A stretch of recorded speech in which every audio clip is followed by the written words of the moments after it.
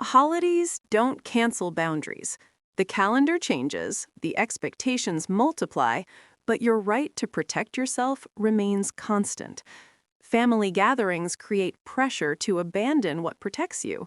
The expectation that you show up, stay late, engage deeply simply because it's December. The assumption that blood relation equals unlimited access to your time, your energy, your presence. This pressure comes wrapped in tradition, delivered with guilt, enforced through manipulation disguised as love.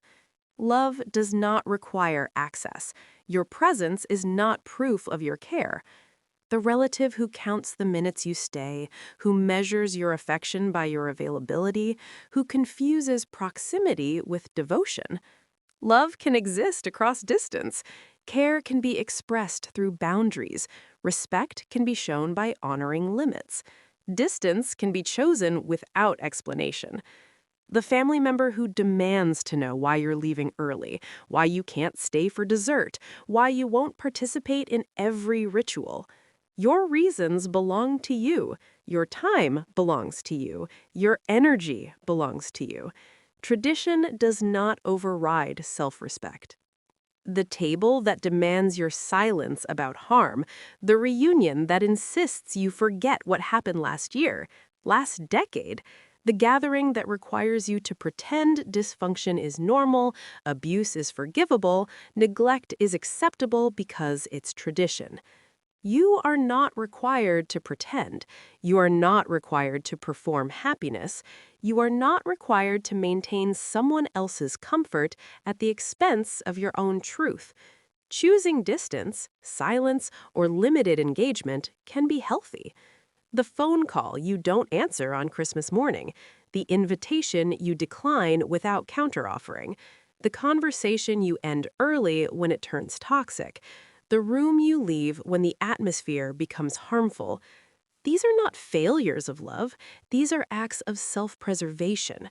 These are choices made by someone who understands their worth. Boundaries do not need justification during holidays.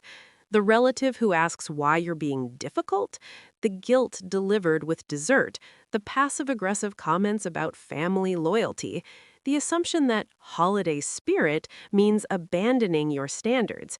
You do not owe anyone your reasons. You do not owe anyone your presence. You do not owe anyone your silence about what hurts you. The holiday season does not grant special permission to cross your lines. December does not erase your right to say no. Saying less is often the clearest response. The explanation that becomes an argument, the justification that becomes negotiation, the detailed response that gets twisted into evidence of your unreasonableness. Sometimes no is a complete sentence. Sometimes silence is the strongest statement. Sometimes leaving without explanation is the cleanest exit. Your peace does not require their understanding.